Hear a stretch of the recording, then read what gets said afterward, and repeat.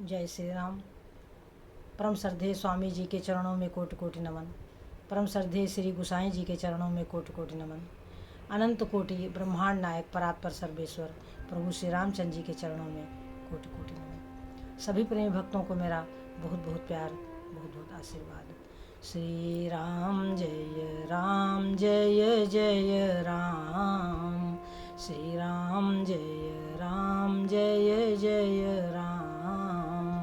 मंगल मूर्ति मारुति नंदन, सकल मंगल मूल निकंदन। पवन तनय संतन हितकारी, हृदय विराजत अवध बिहारी। मातु पिता गुरु गणपति नारद, शिवा समेत शंभु सुख सारद। चरण बंदी बिनमौ सब काहू, देहु राम पद नेह निबाहु। देहु राम पद नेह निबाहु। बंदहु राम लखन बय देही, जे तुलसी के परम सनेही। जे तुलसी के परम सनेही। श्री राम जय जय राम। श्री राम जय जय राम। सज्जनों, श्री गुसाई जी कहते हैं कि न बच्चो कोई वेद पुराण पढ़े, और न बच्चो कोई शीस रखाए जटा। न बच्चो कोई बन माही बास किए, न बच्चो कोई ऊंचे चुनाए अटा। सपने सम यह संसार चला चल, और 4 दिना को ही ठाट डटा। तो फिर क्या करें कि तुलसी तुम राम से प्रेम करो, तुम्हें घेरती आवती काल घटा। तुम्हें घेरती आवती काल घटा। तो मतलब क्या हुआ? एक तरफ तो हम कहते हैं कि शास्त्रों का अध्ययन करो, और दूसरी तरफ तुलसीदास जी कह रहे हैं कि न बच्चों को वेद पुराण पढ़े। सज्जनों, बात यह है कि वेदों को, पुराणों को, शास्त्रों को पढ़ने का और सुनने का जो फल है वही है ईश्वर प्रेम। तो वो जो पढ़ना है, वो जो सुनना है, वो ईश्वर प्रेम की प्राप्ति में सहायक है।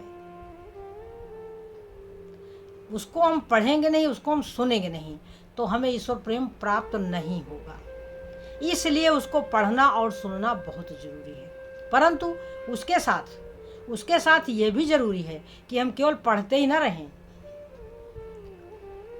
हम पकड़ते भी रहें, अपने आप अपना निरीक्षण भी करते रहें कि हम कहाँ हैं, हमें प्रभु से प्रेम है कि नहीं। प्रेम नहीं, प्रभु से तो मोह होना चाहिए। मोह, क्योंकि प्रभु ने स्वयं कहा कि सब कर ममता ताग बटोरी। यहाँ प्रेम नहीं कहा, क्या कहा कि सब कर ममता ताग बटोरी। मम पद मन ही बांध बरी डोरी।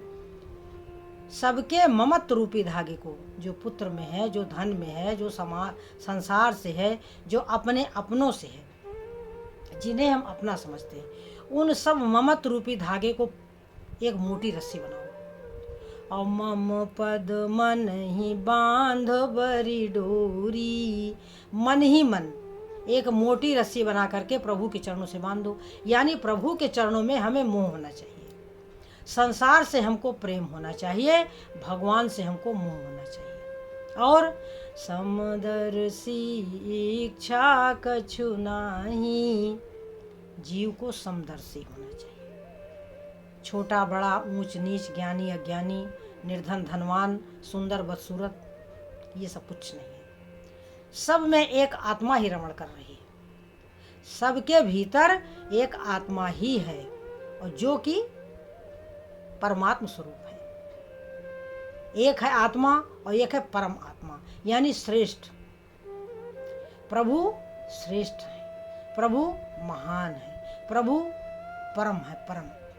हम केवल आत्मा है, वह परम आत्मा है, यानी श्रेष्ठ तत्व को वह श्रेष्ठ तत्व स्वरूप ही हैं, और वो वैसे ही रहते हैं ज्यों के त्यों। परंतु हम कभी अच्छे बन जाते हैं, कभी बुरे बन जाते हैं। ये हमारी कमजोरी है।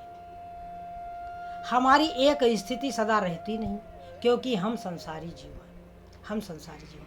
फिर भी हमारा केवल इतना ही कार्य है कि हम बारंबार प्रभु से प्रार्थना करते रहें कि हे प्रभु, ये जो अनमोल निधि है, जो आपके चरणों से प्रेम है, जो आपके वचनों से प्रेम है, वो हमें सदा प्राप्त रहे, हम कभी उससे वंचित न रहें। बस ये भाव होना चाहिए। और अब रामचरितमानस में तुलसीदास जी लिखते हैं कि शंकर भगवान कहते हैं, पार्वती सुनो, उमा राम गुण गूढ़ पंडित मुनि पावहीं बिरती। देखिए, भगवान के जो गुण हैं वो क्या है? गूढ़ है, गूढ़, गोपनीय है।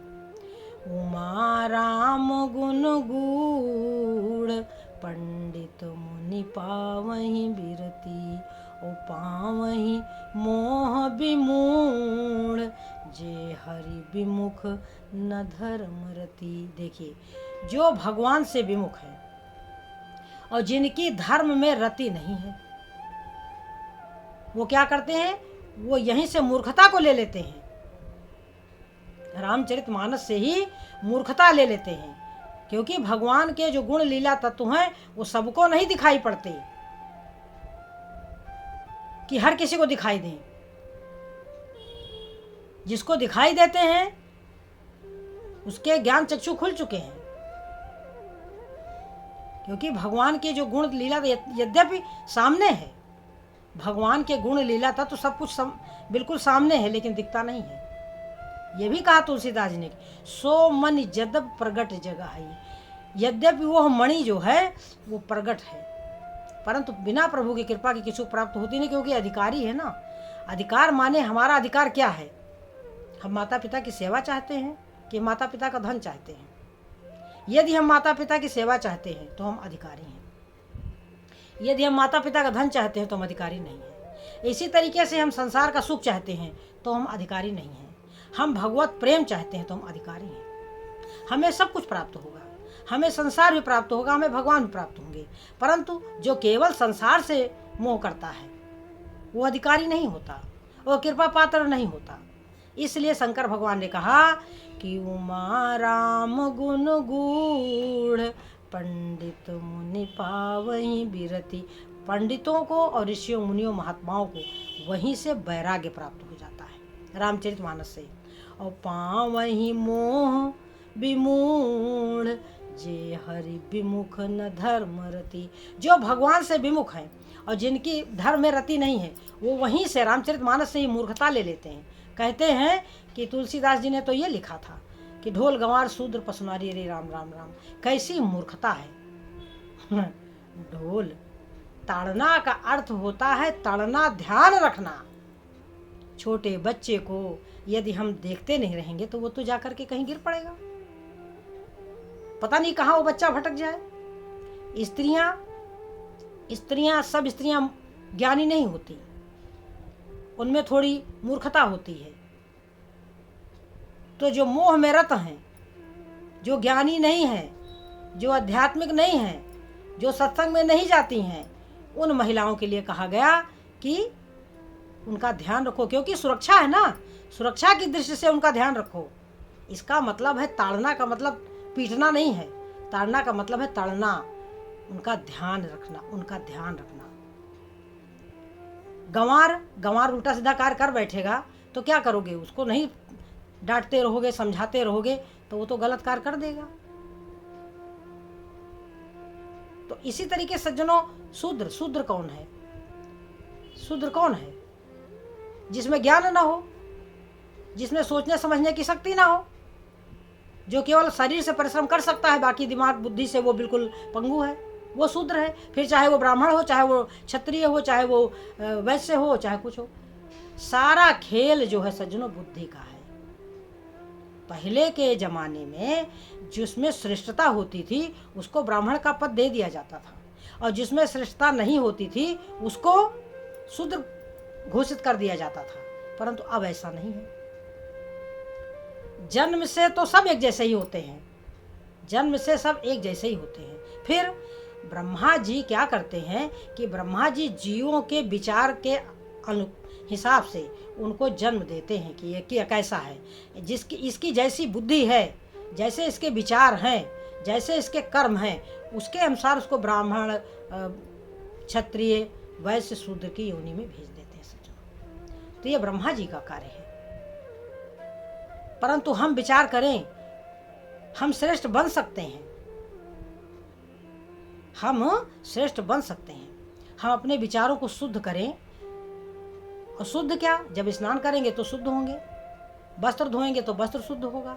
इसी तरीके से हमको मन को धोना है। हमें अपने मन को देखते रहना है कि ये मैला तो नहीं है, ये संसारी तो नहीं है, संसार का चिंतन तो नहीं कर रहा है। ये संसार का चिंतन करता है, संसार का चिंतन केवल उतना करना कुछ समझने के लिए, बस थोड़ा सा। क्योंकि संसारिक चीज़ें लौकिक दृष्टि से भी यदि हम संसार के विषयों में भी कुछ नहीं जानेंगे तो फिर उसको त्यागें कैसे। संग्रह त्याग न बिनु पहचाने, उसकी पहचान करनी है,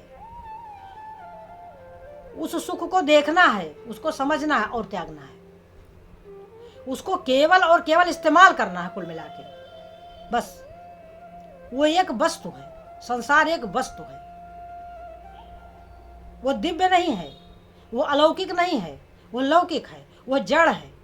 उसको हमको समझना है और अपनी जरूरत भर के लिए उसको इस्तेमाल करना है। उसके बाद उसको मन में तो उसको रखना ही नहीं है, मन में नहीं रखना है, केवल मन में भगवान को रखना है, भगवान के नाम को रखना है सज्जनों। तो भगवान के नाम के विषय में तुलसीदास जी क्या कहते हैं कि साहस नाम सम सुनि शिववानी, और जपि जेई पिय संग भवानी। विष्णु सहस्र नाम का जप करती थी माता पार्वती, उसके बाद भोजन करती थी। शंकर भगवान ने पार्वती से कहा कि पार्वती मुझे भूख लगी है, तो उन्होंने कहा मैं विष्णु सहस्र नाम का जप कर लूं तब भोजन आपको दूं, क्योंकि दोनों शंकर भगवान और पार्वती दोनों एक साथ भोजन करते थे सज्जनों। तो अब शंकर भगवान ने सोचा आप क्या करें, तो शंकर भगवान ने कहा कि पार्वती राम रामेति रामेति रमे रामे मनोरमे, सहस्र नाम तातुल्यम राम नाम वरानने। तुम कहो राम राम राम, तो क्या हो गया, विष्णु सहस्र नाम के बराबर हो गया।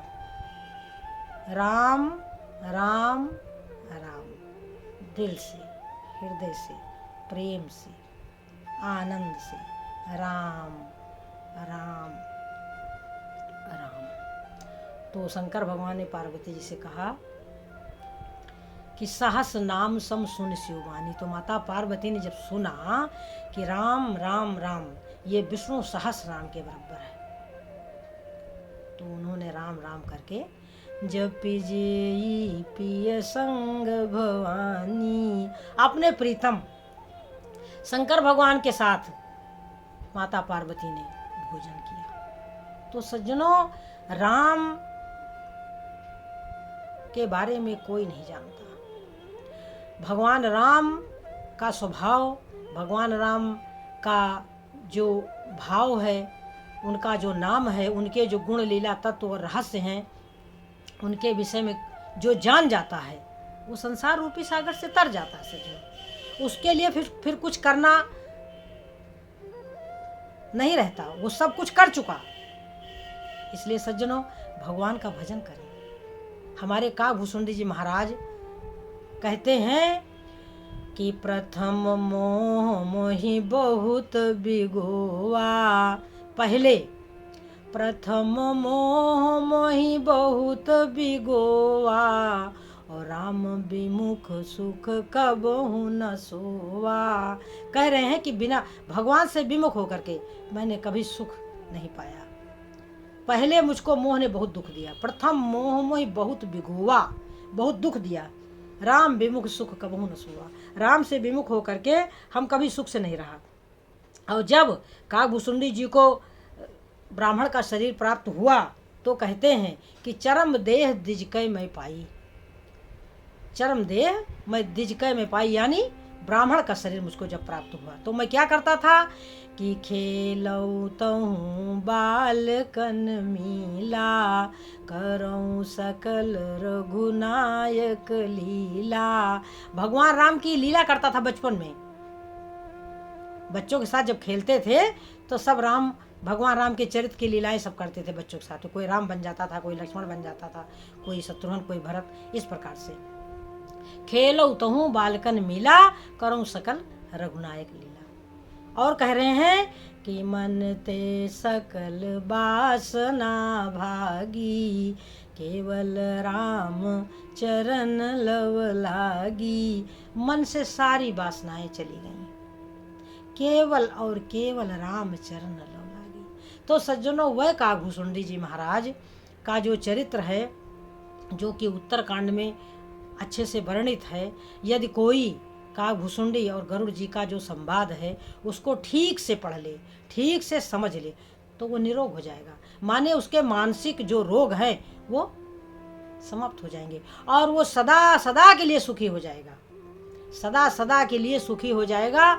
जैसा गुणगान काकभूषुंडी जी महाराज प्रभु श्री रामचंद्र जी का करते हैं, उतना सुंदर भाव किसी को नहीं प्राप्त है सज्जनों। वो किसी किसी को प्राप्त होता है, जैसे तुलसीदास जी को प्राप्त हुआ, जैसे शंकर भगवान है। बहुत बहुत उच्च कोटि का जो संत होता है, यानी वो पूर्ण संत हो ही जाता है, जिसको काकभूषुंडी और गरुड़ जी का जो संवाद हो ठीक ठीक समझ में आ जाता है और उसके जीवन में उतर जाता है। मेन बात सज्जनों है कि जो कुछ हम बोलते हैं, जो कुछ हम पढ़ते हैं, जो कुछ हम समझते हैं, वो हमारे जीवन में उतर जाए।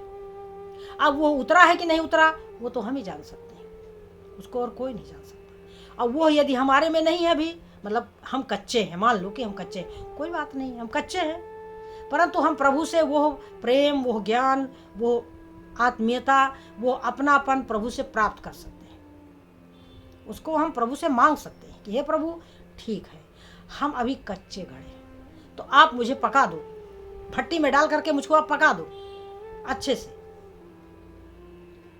आप हमें पका दो। आप समर्थ हो, आप सर्वज्ञ हो, आप सर्वसुहृद हो। तो जो समर्थ हैं, जो सर्वज्ञ हैं और जो सर्वसुहृद हैं, हम उनके बालक हैं, हम उनके हैं, हम किसी साधारण जीव के नहीं हैं। यदि हमने ये सोच लिया है कि हम उनके हैं तो हम साधारण नहीं रहे अब। तो सज्जनों, इस प्रकार से हमारा विचार होना चाहिए, हमारा ऐसा विचार होना चाहिए। और देखिए, कौवे के शरीर में है काकभूषुंडी जी महाराज, और क्या कहते हैं कि तजऊ न तन निज इच्छा मरना। उनको इच्छा मृत्यु का वरदान प्राप्त है। तजऊ न तन निज इच्छा मरना, तन बिनु वेद भजन नहीं बरना। बिना शरीर के हम भगवत भजन नहीं कर सकते। तो इसलिए देखिए, कौवे के शरीर में है काकभूषुंडी जी महाराज, और कह रहे हैं कि मैं इसीलिए अपने, क्योंकि इस कौवे के शरीर में ही मुझको भगवान की भक्ति प्राप्त हुई थी। अब देखिए, भक्ति की महिमा इतनी है कि काक शरीर में उन्हें भक्ति प्राप्त हुई थी, इसलिए वो उस शरीर को त्यागते नहीं, और जहाँ रहते हैं वहाँ नीलगिरी पर्वत, नीलगिरी, वहाँ की मणियों की सीढ़ियाँ हैं, वहाँ सुंदर मानसरोवर जिसमें हमेशा हंस विचरण करते हैं, सुंदर सुंदर कमल खिले रहते हैं। कहते हैं कि सोने के परकोटे हैं नीलगिरी पर्वत के, जहाँ काकभूषुंडी जी रहते हैं उसके सोने के परकोटे हैं, चारों जो कोने हैं वो सोने के हैं, और मणियों की सीढ़ियाँ हैं। सज्जनों, वहाँ पर रहते हैं काकभूषुंडी जी महाराज, देखिए। और आम, पाकर, पीपल और बरगद का वृक्ष है। क्रमशः कहीं किसी वृक्ष के नीचे वो ध्यान करते हैं, कहीं जाप, कहीं मानसिक पूजा, और बरगद के वृक्ष के नीचे बैठ करके वो भगवान की सुंदर, रसीली, आनंदमयी, सुखमयी, ज्ञानमयी, प्रेममयी कथा कहते हैं। ऐसी कथा हमें प्राप्त है, ऐसी कथा हमें प्राप्त है।